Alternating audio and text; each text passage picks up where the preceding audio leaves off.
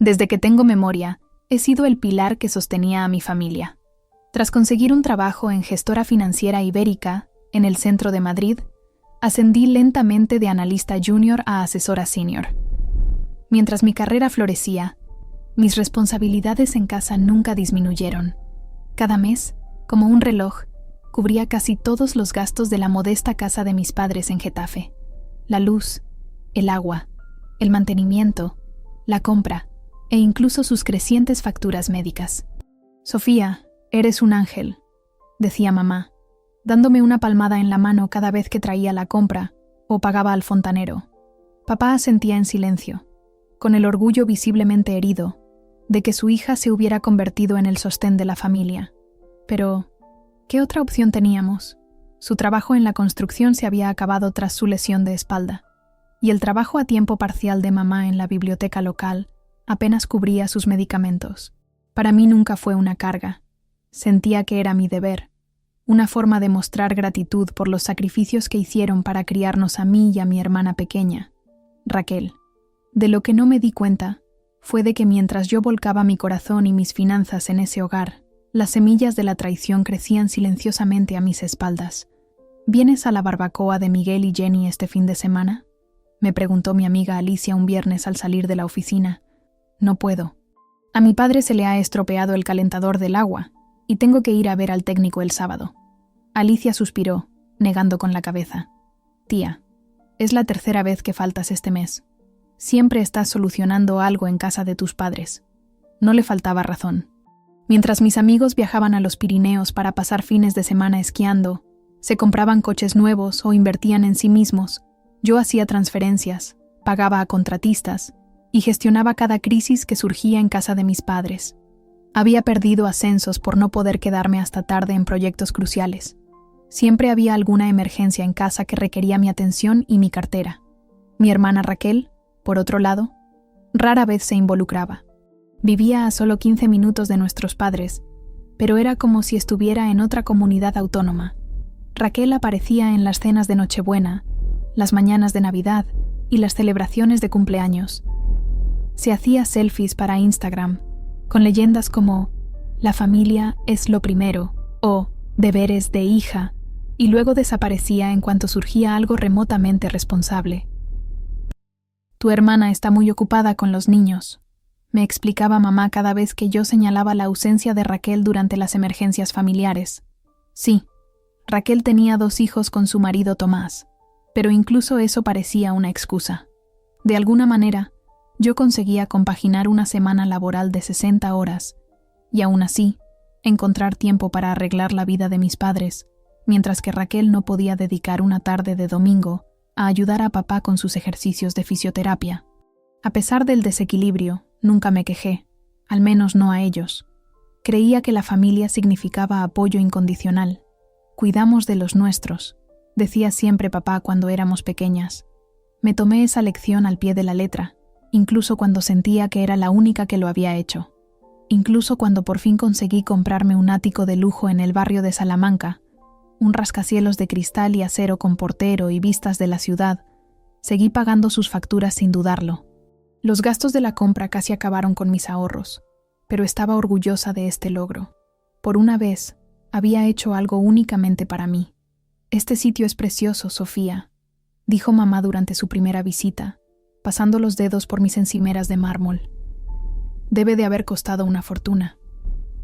«He trabajado duro», respondí, sin mencionar que podría haberme permitido algo más grande si no hubiera estado manteniendo 2 hogares durante la última década. «Bueno, no olvides de dónde vienes», añadió papá, algo incómodo en el espacio moderno. «Las casas familiares tienen un carácter que estos sitios no tienen». Esa noche, después de que se fueran, me senté en mi terraza con una copa de vino, viendo las luces de la ciudad brillar. A pesar de la distancia, a pesar de los mundos diferentes que ahora ocupábamos, a la mañana siguiente transferí dinero a su cuenta.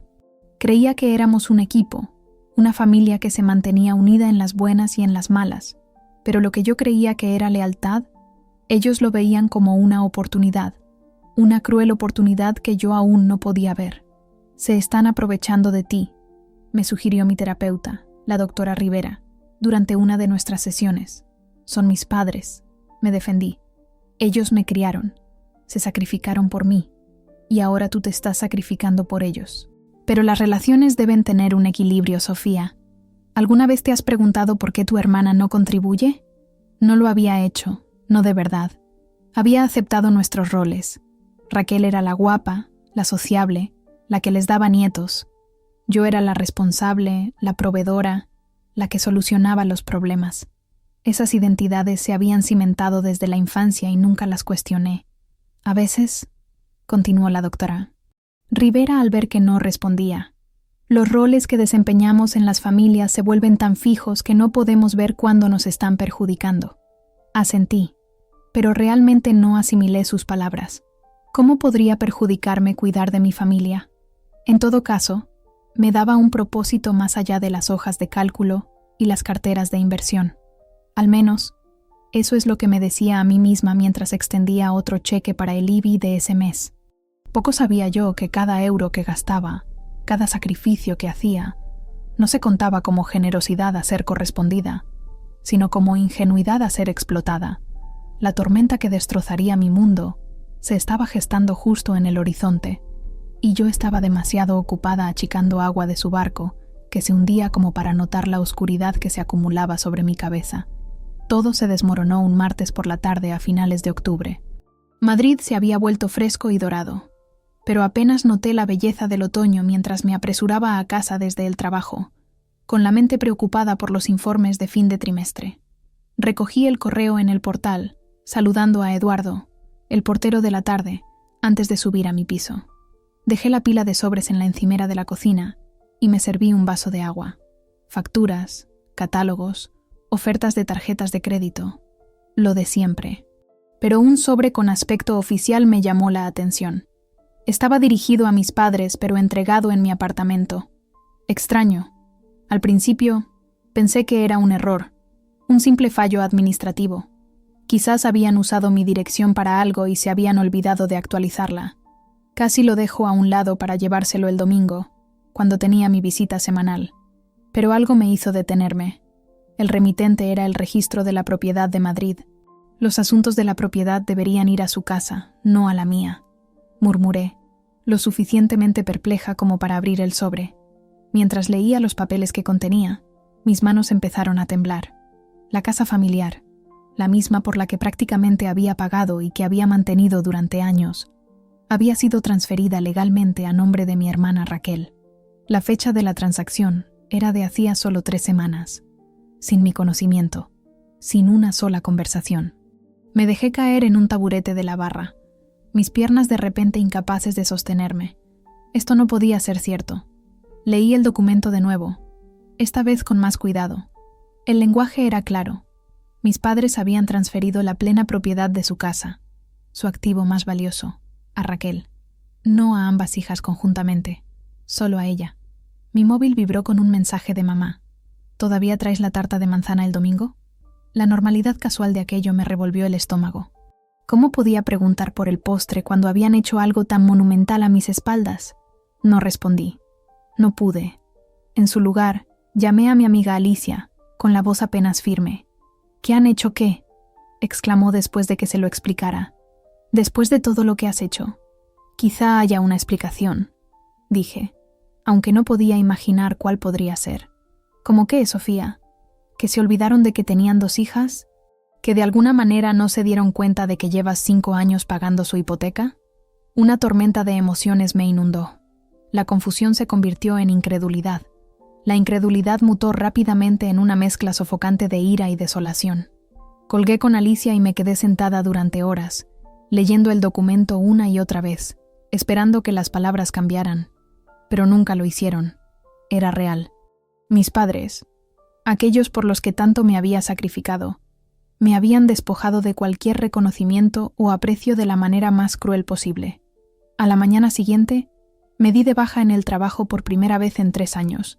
No podía enfrentarme a nadie. En lugar de eso, conduje hasta la Plaza Mayor y me senté en un banco, viendo pasar a los extraños, preguntándome si alguno de ellos había sentido alguna vez este tipo de traición. Intenté recordar cualquier momento que pudiera haber insinuado este engaño. No hubo ninguno. Hacía solo 2 semanas, había pagado un tejado nuevo en esa casa. El mes pasado, había cubierto el seguro de la propiedad. Durante años, yo había sido la que se aseguraba de que esa casa siguiera en pie, cómoda y segura. Y ahora, con un trazo de bolígrafo, se lo habían dado todo a Raquel, que no había contribuido en nada. Mi teléfono sonó de nuevo. Papá esta vez. «Sofía, ¿vienes a ver ese grifo que gotea este fin de semana?» El descaro me dejó sin aliento. Dejé que saltara el buzón de voz. Más tarde esa noche, llamé a Raquel, preguntándome si al menos reconocería lo que había pasado. «Ah, eso», dijo ella con indiferencia cuando finalmente reuní el valor para mencionar la transferencia de la propiedad. Mamá y papá querían asegurarse de que la casa se quedara en la familia, y como yo tengo los niños, ¿y yo no merezco consideración porque no tengo hijos? Mi voz era apenas un susurro. «No seas dramática. Tú tienes tu ático de lujo y tu gran carrera. Yo estoy luchando con 2 niños y un trabajo a tiempo parcial. La casa me da seguridad. Una seguridad que yo pagué», dije. Pero ella ya había pasado a otra cosa, hablando del torneo de fútbol de su hijo. Colgué a mitad de la frase, algo que nunca había hecho antes. Mi hermana ni siquiera me había dado las gracias por financiar, en esencia, su seguridad. Esa noche, saqué todos mis registros financieros de la última década. Calculé cada euro que les había dado a mis padres, por la hipoteca, las reparaciones, los impuestos, los servicios. El total me revolvió el estómago. Más de 150.000 euros. Suficiente para la entrada de una segunda propiedad para mí. Dinero que, en efecto, se le había dado a Raquel. Llamé a un amigo abogado al día siguiente. «¿Tengo algún recurso legal?», le pregunté, explicando la situación. Marcos suspiró profundamente al otro lado de la línea. «Es su casa, Sofía. Legalmente pueden dársela a quien quieran, a menos que tuvieras un acuerdo por escrito sobre tus contribuciones financieras». No lo tenía. Por supuesto que no. Eran familia. Había confiado en ellos implícitamente. «Lo siento», añadió Marcos. «Situaciones familiares como esta siempre son las más dolorosas». No solo estaba desconsolada, estaba destrozada. Algo dentro de mí se rompió ese día, y supe que nada volvería a ser igual. Los cimientos de lo que creía sobre mi familia, sobre la lealtad y el aprecio, se habían desmoronado bajo mis pies. Ese domingo, en lugar de ir a su casa con una tarta de manzana, me senté en mi apartamento y tomé una decisión que lo cambiaría todo. No los confrontaría, todavía no.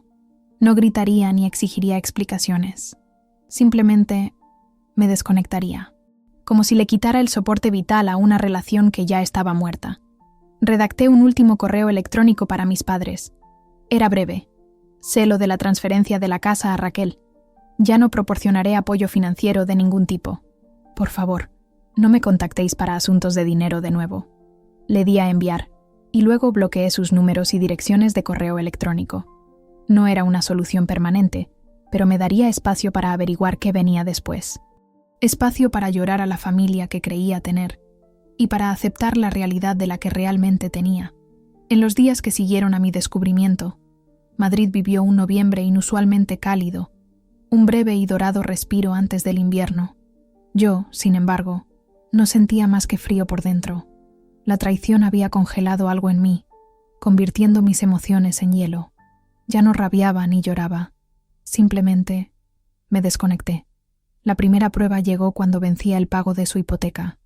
Mi teléfono permaneció en silencio hasta última hora de la tarde, cuando apareció un correo electrónico de papá. «Sofía, parece que hay un problema con la transferencia bancaria para la hipoteca de este mes. Ningún acuse de recibo de mi mensaje anterior. Ninguna mención a la transferencia de la casa. Solo la expectativa de que yo lo arreglaría, como siempre». Lo borré sin responder. 3 días después, mamá llamó desde un número que no había bloqueado. Dejé que sonara hasta que saltó el buzón de voz. «Cariño, estamos un poco preocupados. Hay que renovar la medicación de tu padre y este mes andamos cortos. ¿Podrías devolvernos la llamada? Te queremos. Amor». La palabra sonaba hueca ahora, despojada de significado. Borré este mensaje también. En lugar de proyectar mi ira hacia afuera, la canalicé hacia adentro para reconstruir mi propia vida sin ellos. Me reuní con mi asesora financiera, Diana, y creé un nuevo plan centrado únicamente en mi futuro. Esto es lo que deberíamos haber estado haciendo desde el principio, dijo Diana, mostrándome proyecciones de ahorros para la jubilación y crecimiento de inversiones que antes parecían imposibles. No me daba cuenta de lo mucho que estaba regalando, admití. Bueno, ahora puedes ponerte al día. Nunca es tarde para priorizarte a ti misma, Sofía. Con mis ingresos recién recuperados, empecé a transformar mi piso en el santuario que siempre había querido, pero en el que nunca había invertido del todo. Contraté a una diseñadora de interiores, Mía, que me ayudó a seleccionar muebles que realmente se adaptaban a mi gusto, en lugar de los básicos económicos por los que me había conformado al principio. Me das la impresión de ser alguien a quien le encantan las líneas limpias, pero también la calidez, observó Mía durante nuestra primera consulta. Quizás un estilo moderno de mediados de siglo, con algunos toques más suaves. Era extraño tener a alguien centrado en lo que yo quería, en lo que me haría feliz. Durante años, mis propias preferencias habían sido consideraciones secundarias. Reemplacé mi sofá de IKEA por un suntuoso sofá seccional de terciopelo azul oscuro. Colgué obras de arte originales de artistas locales de Madrid en paredes que habían permanecido desnudas durante 2 años. Cambié mi colchón por uno que hacía que dormir pareciera un lujo en lugar de una simple necesidad. Por primera vez en años, empecé a invertir en mí misma, en mi comodidad, en mi alegría, en mi futuro. Pareces diferente, comentó mi colega Javier un día durante el almuerzo. Más presente de alguna manera. Lo consideré. He eliminado algunas distracciones. Sea lo que sea, está funcionando. Miguel mencionó que te están considerando para la cuenta de Jennings. La cuenta de Jennings era el cliente potencial más grande que nuestra firma había perseguido en años. Antes, habría dudado, sabiendo que requeriría llamadas nocturnas con su oficina de Tokio y trabajo de preparación durante el fin de semana, tiempo que siempre había reservado para las emergencias de mis padres. Ahora, simplemente sonreí y dije, estaría interesada. Volqué mi energía en mi carrera con un enfoque que no había podido mantener antes. Sin las constantes interrupciones de las crisis familiares, descubrí que podía terminar los proyectos antes de lo previsto, participar en la planificación estratégica y hacer contactos en eventos del sector. En 2 meses, recibí un ascenso y un aumento sustancial. Por los nuevos comienzos, dijo mi jefa Isabel, levantando una copa en la pequeña celebración que el equipo organizó para mí. Nuevos comienzos, de hecho. Cada día, sin las exigencias de mi familia, se sentía como un peso quitado de encima. Cada decisión tomada únicamente para mi beneficio se sentía como reclamar un pedazo de mí misma. Por supuesto, hubo momentos de duda. A altas horas de la noche, cuando la ciudad se calmaba y yo estaba sola con mis pensamientos, a veces me preguntaba si había reaccionado de forma exagerada. Quizás había una explicación que no había considerado. Quizás tenían la intención de contarme lo de la transferencia de la casa, pero no habían encontrado el momento adecuado. Entonces, recordaba la forma casual en que Raquel había desestimado mis preocupaciones, el derecho en su voz cuando hablaba de merecer una seguridad que yo, en esencia, había pagado. Recordaba cómo mis padres habían seguido pidiendo dinero sin siquiera reconocer lo que habían hecho, y la duda se endurecía de nuevo hasta convertirse en resolución. Debió de correrse la voz porque las peticiones financieras finalmente cesaron. Ni mensajes pidiendo ayuda con la factura de la luz, ni llamadas sobre emergencias de fontanería, ni correos electrónicos sobre el pago del IBI. Solo silencio. En ese silencio, encontré paz y dolor a la vez. Paz en la libertad de las constantes demandas. Dolor en la confirmación de que sin mi dinero, aparentemente no tenía ningún valor para ellos. ¿Has pensado en la terapia?, me preguntó Alicia una noche mientras compartíamos una botella de vino en los muebles nuevos de mi terraza. Llevo meses viendo a la doctora Rivera. ¿Y? ¿Ayuda? Consideré la pregunta seriamente. Es clarificadora. Me está ayudando a ver patrones que estaba demasiado cerca para notar antes. La doctora Rivera me había introducido en el concepto de abuso económico, no solo entre parejas sentimentales, sino dentro de las familias. El dinero se utiliza a menudo como control, explicó durante una sesión. Al convertirte en la proveedora pero excluyéndote de las decisiones importantes, tu familia mantenía el poder sobre ti mientras se beneficiaba de tus recursos. El marco me ayudó a entender lo que había pasado, pero entenderlo no disminuyó el dolor. Nada podía borrar la traición ni los años de sacrificio que, en última instancia, no habían significado nada para ellos. Mientras el invierno se instalaba en Madrid, cubriendo la ciudad de nieve, me encontré temiendo las fiestas. La Nochebuena había sido bastante fácil de evitar. Acepté una invitación de Javier y su marido para unirme a sus amigos para la cena, pero la Navidad se cernía más grande. A pesar de todo, una parte de mí todavía esperaba que la culpa familiar se instalara, que el tirón hacia la obligación familiar se reafirmara. En lugar de eso, reservé un viaje en solitario a las Canarias. Mientras mi familia se reunía alrededor del árbol que yo siempre había decorado, mientras intercambiaban regalos que yo siempre había seleccionado y envuelto cuidadosamente, yo estaría en una playa de arena volcánica, sin responder ante nadie más que ante mí misma. El día antes de mi partida, llegó un mensaje de Raquel. Mamá está muy dolida de que no vayas a estar aquí por Navidad. Después de todo lo que han hecho por ti. El descaro era casi impresionante. Escribí y borré varias respuestas antes de decidirme por la verdad más simple. Elijo pasar las fiestas haciendo algo por mí misma por una vez. Apagué el móvil después de eso y no lo volví a mirar hasta que estuve sentada en la playa, con el Atlántico extendiéndose infinitamente azul ante mí. Había más mensajes, cargados de culpa, acusatorios, pero ya no podían alcanzarme, no de verdad. Por primera vez en mi vida adulta, me estaba poniendo a mí misma en primer lugar, y ninguna cantidad de manipulación podría arrastrarme de nuevo al papel que había abandonado. En el fondo, sabía que solo era cuestión de tiempo que la realidad los alcanzara. Los hábitos financieros no cambian de la noche a la mañana, y tampoco los patrones de dependencia. Tarde o temprano, se enfrentarían a las consecuencias de sus acciones y de su decisión. Ese momento llegó más rápido de lo que esperaba. 4 meses después de cortar el salvavidas financiero, volví a casa de una exitosa cena con un cliente para encontrar a Eduardo, mi portero, con aspecto incómodo en el portal. «Señorita Winters», dijo con vacilación. «Su familia ha estado esperando en la zona de visitas durante casi 2 horas. Les dije que no estaba en casa, pero insistieron en quedarse». Se me encogió el estómago. ¿Mi familia? Sus padres y su hermana, creo. «Llevan equipaje». Las palabras me golpearon como un puñetazo. Equipaje. No habían venido para una conversación o ni siquiera una confrontación. Habían venido con expectativas. Le di las gracias a Eduardo y me armé de valor antes de caminar hacia la pequeña zona de asientos cerca de los ascensores. Allí estaban. Mamá, con un aspecto más pequeño de lo que recordaba. Papá con nuevas arrugas alrededor de los ojos. Y Raquel, mirando su móvil con esa familiar expresión de aburrimiento distante. 3 maletas y 2 bolsas de lona estaban a sus pies. Por un momento, ninguno de ellos me vio.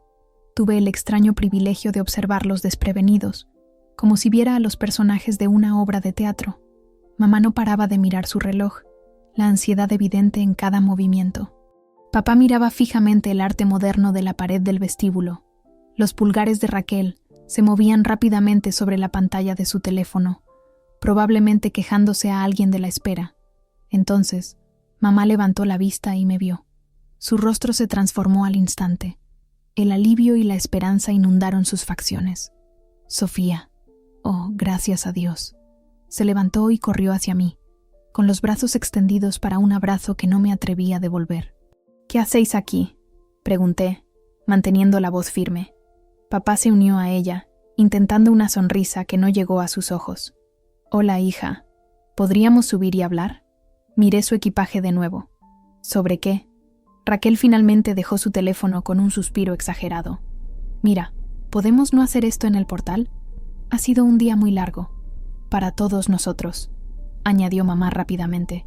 «Por favor, Sofía, déjanos subir un rato». Debería haber dicho que no. Todos mis instintos gritaban en contra de dejarlos entrar en mi santuario. Pero la curiosidad pudo más. Un deseo distante, casi clínico, de escuchar qué historia habían construido para justificar su aparición en mi puerta. «De acuerdo», dije, girándome hacia el ascensor sin ofrecer ayuda con sus maletas. La subida hasta el 12º piso fue silenciosa y tensa. En el espacio reducido, noté detalles que no había visto en el vestíbulo.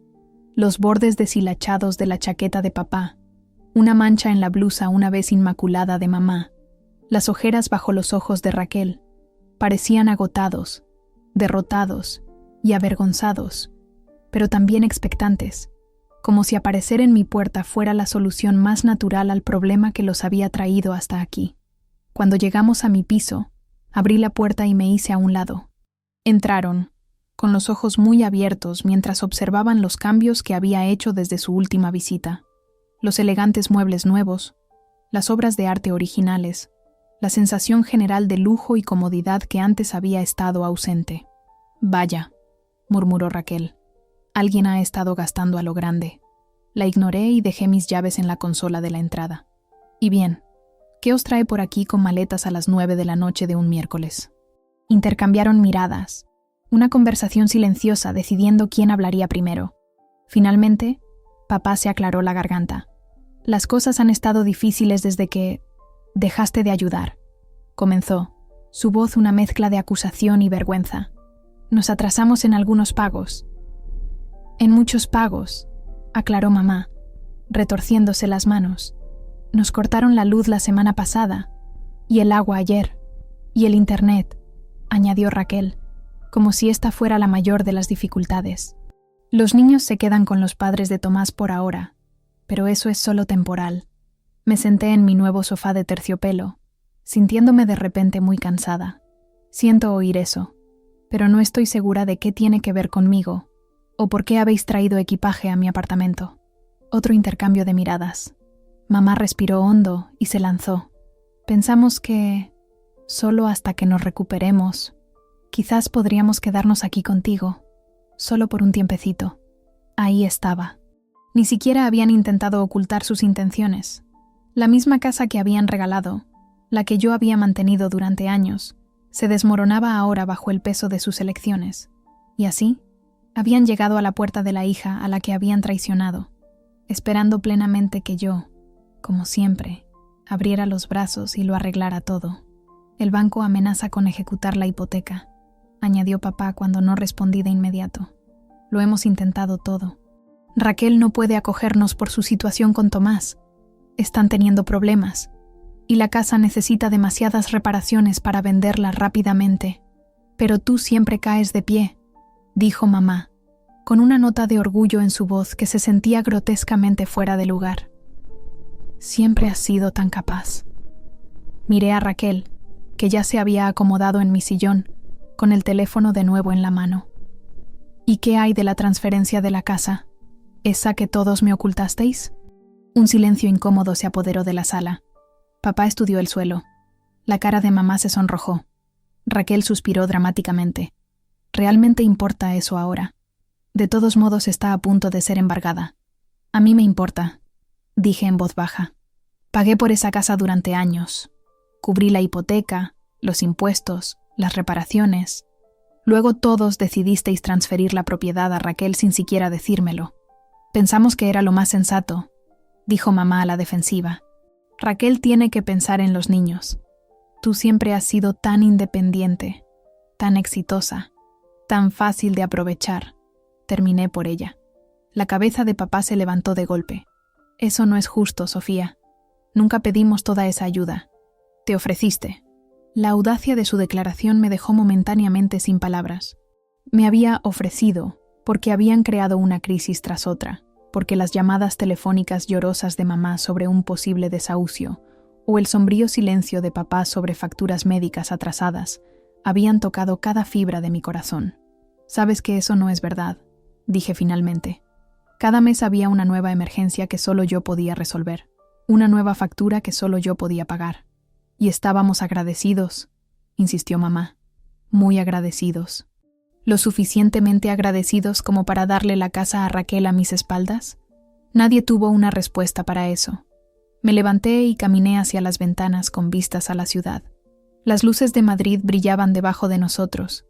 Miles de hogares con miles de familias diferentes, dinámicas diferentes. Me pregunté cuántos otros estarían teniendo conversaciones como esta noche. Negociaciones de culpa y obligación disfrazadas de amor familiar. «Podéis quedaros una noche», dije finalmente, sin volverme a mirarlos. «Solo esta noche. Por la mañana hablaremos de otras opciones.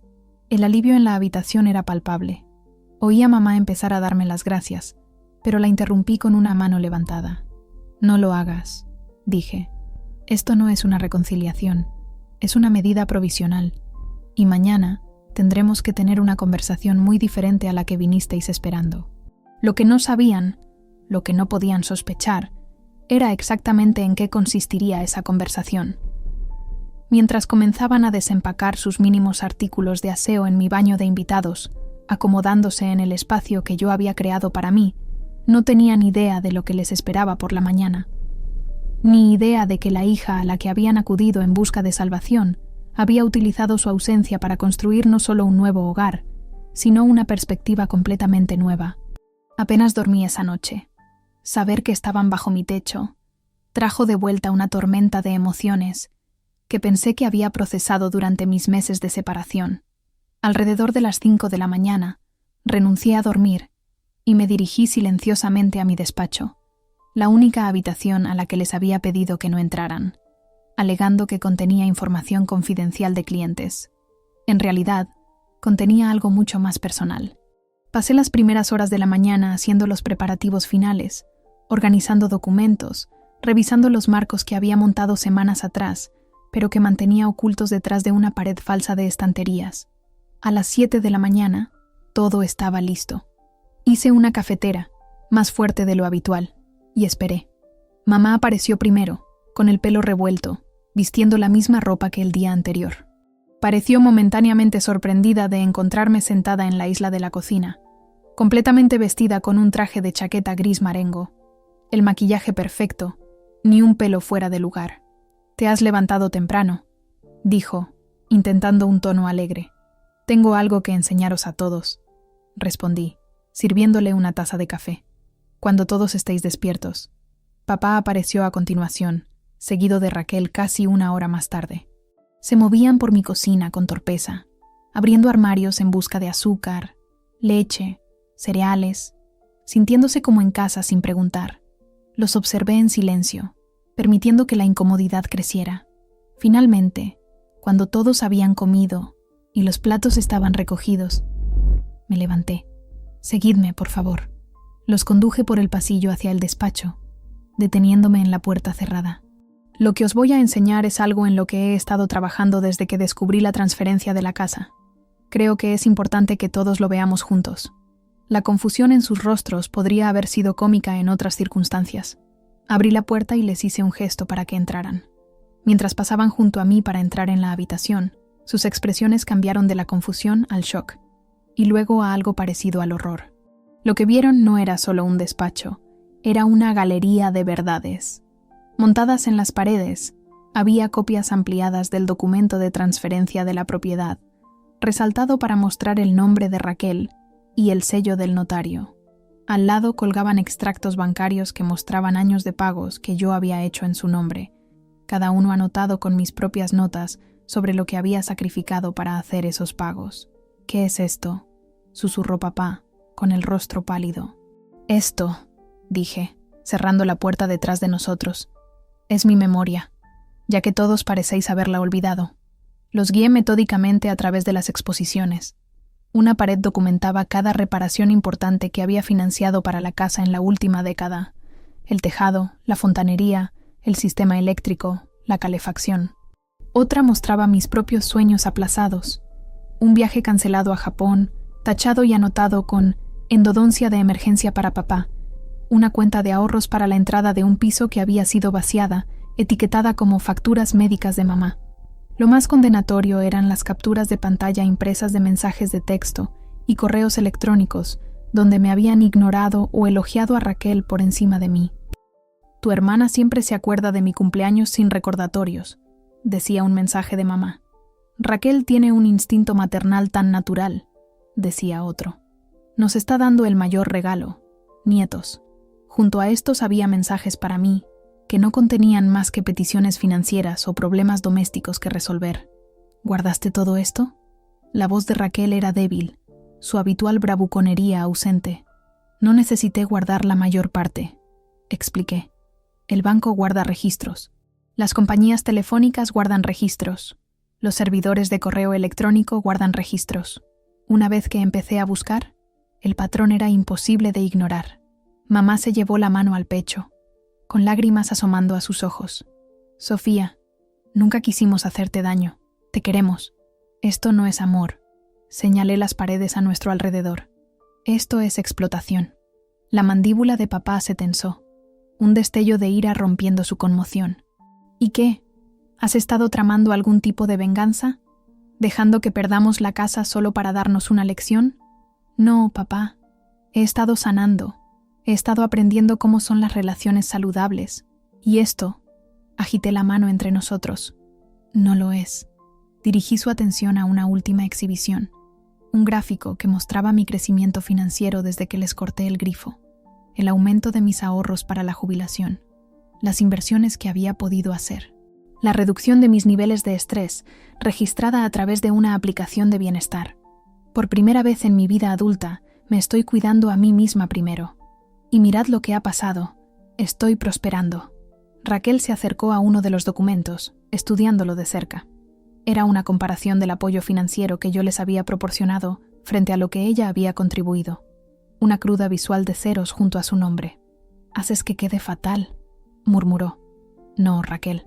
Eso lo hiciste tú sola». Mamá empezó a llorar en serio ahora, derrumbándose en la silla del despacho. «No entiendo por qué haces esto. Somos familia». «Sí, lo somos. Y las familias deben apoyarse mutuamente, no solo económicamente, sino emocionalmente. Deben apreciar los sacrificios, no esperarlos. Deben compartir las cargas, no volcarlas todas sobre una persona». Me acerqué a mi escritorio y abrí un cajón, sacando una carpeta. En esta carpeta hay 3 cosas. Primero, información sobre servicios de asesoramiento financiero que pueden ayudaros a crear un presupuesto sostenible. Segundo, detalles sobre programas de ayuda estatal para los que probablemente cumplís los requisitos ahora. Y tercero, una solicitud para el complejo de apartamentos en la zona de Valdebebas, que tiene viviendas de protección oficial disponibles el próximo mes. Sus rostros pasaron del shock a la incredulidad. ¿Esperas que vivamos en viviendas de protección oficial? La voz de papá era incrédula. Espero que viváis dentro de vuestras posibilidades, corregí. Algo que no habéis hecho en más de una década porque yo estaba allí para cubrir los huecos. Raquel resopló. ¿Así que eso es todo? ¿Nos enseñas tu pequeño museo de agravios y luego nos mandas a vivir a unas casas de protección? Valdebebas difícilmente son casas de protección, Raquel. Es una urbanización nueva con buenas instalaciones en un barrio seguro. Y sí, esa es mi oferta. Tomad los recursos que he reunido para vosotros y usadlos para construir una vida sostenible, o no. Pero de cualquier manera, no viviréis aquí, y yo no seré más vuestro cajero automático. Por una vez, no hubo excusas, ni falsas disculpas. Solo la fría realidad mirándolos desde cada pared, cada marco, cada documento. Habían esperado que yo fuera su red de seguridad una vez más. En cambio, habían entrado directamente en una casa de los espejos que reflejaba su propia codicia, manipulación y traición. Mamá se secó los ojos, su voz temblorosa. «Ya no te reconozco. Te has vuelto tan... dura». «No, mamá. Me he vuelto clara. Hay una diferencia». Papá se quedó junto a la pared que mostraba todas las reparaciones que yo había financiado, su expresión indescifrable. «Realmente llevaste la cuenta de todo. No necesité hacerlo. El banco lo hizo por mí. Solo tuve que mirar mis propios extractos para ver cuánto había regalado. Y ahora has terminado con nosotros», dijo. No era una pregunta. He terminado de permitir comportamientos que nos perjudican a todos. He terminado de que se me dé por sentada. He terminado de sacrificar mi futuro por personas que no harían lo mismo por mí. El móvil de Raquel vibró, e instintivamente lo cogió. La misma de siempre, pensé. Incluso en medio de una implosión familiar, las notificaciones de las redes sociales tenían prioridad. Los padres de Tomás no pueden quedarse con los niños más allá de mañana, anunció a nadie en particular. Luego, mirándome, ¿y qué se supone que hagamos ahora mismo? ¿Hoy? ¿A dónde vamos? Había anticipado esta pregunta. He pagado 3 noches en el Hotel Apartotel cerca de la urbanización de Valdebebas. Eso os dará tiempo para solicitar el piso y contactar con los servicios que te he enumerado. Después de eso, tendréis que arreglároslas vosotros mismos. ¿Realmente estás haciendo esto? dijo mamá, con una nota de comprensión incipiente en su voz. Realmente lo estoy haciendo. Papá miró la habitación una vez más, sus ojos deteniéndose en un intercambio de correos electrónicos particularmente doloroso, donde había elogiado el esfuerzo mínimo de Raquel, mientras ignoraba un gran sacrificio que yo había hecho la misma semana.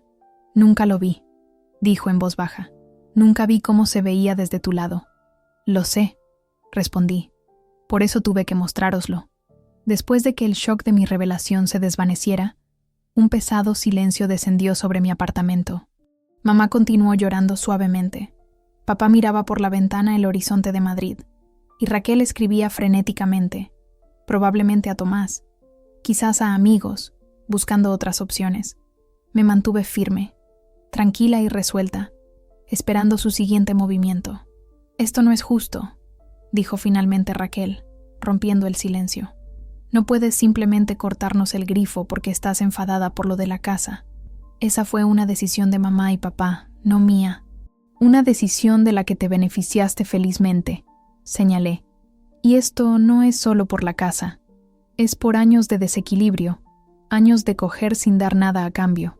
Te dimos la vida, espetó mamá, de repente enfadada entre sus lágrimas. Te criamos, te vestimos, te educamos, y he pagado esa deuda con creces. Interrumpí, varias veces. Papá se apartó de la ventana.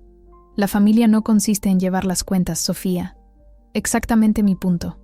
Debería tratarse de apoyo mutuo, reciprocidad, aprecio, no de una persona dándolo todo mientras otras cogen y cogen. Dimos vueltas en círculos durante casi una hora. Pasaron por chantajes emocionales, ira, negociaciones e incluso breves momentos de lo que parecía un remordimiento genuino. Pero debajo de todo estaba la misma expectativa, que finalmente cedería, que mi resolución se desmoronaría ante la obligación familiar. No lo hizo. Eventualmente, Raquel miró su reloj. Es casi mediodía. Si tenemos que ir a ese hotel deberíamos ponernos en marcha. Os pediré un Uber, dije cogiendo mi teléfono. ¿Ni siquiera nos vas a llevar? Mamá parecía incrédula. La carpeta tiene las indicaciones, y el hotel sabe que vais. La reserva está a tu nombre, papá. Mientras recogían sus pertenencias a regañadientes, me sentí extrañamente distante. Había anticipado sentirme cruel o culpable, pero en cambio, me sentí clara, como si finalmente viera nuestra relación sin la niebla de la obligación y la manipulación. Cuando llegó la notificación del Uber, los acompañé a la puerta. Mamá intentó un último recurso emocional. Sofía, por favor, seguimos siendo tus padres. Raquel sigue siendo tu hermana. No tires por la borda a la familia por dinero. Esto no es por dinero, dije suavemente. Es por respeto, es por honestidad, es por reconocer que merezco algo mejor de lo que me habéis dado. ¿Así que eso es todo?, preguntó papá. ¿Simplemente has terminado con nosotros? Consideré la pregunta cuidadosamente.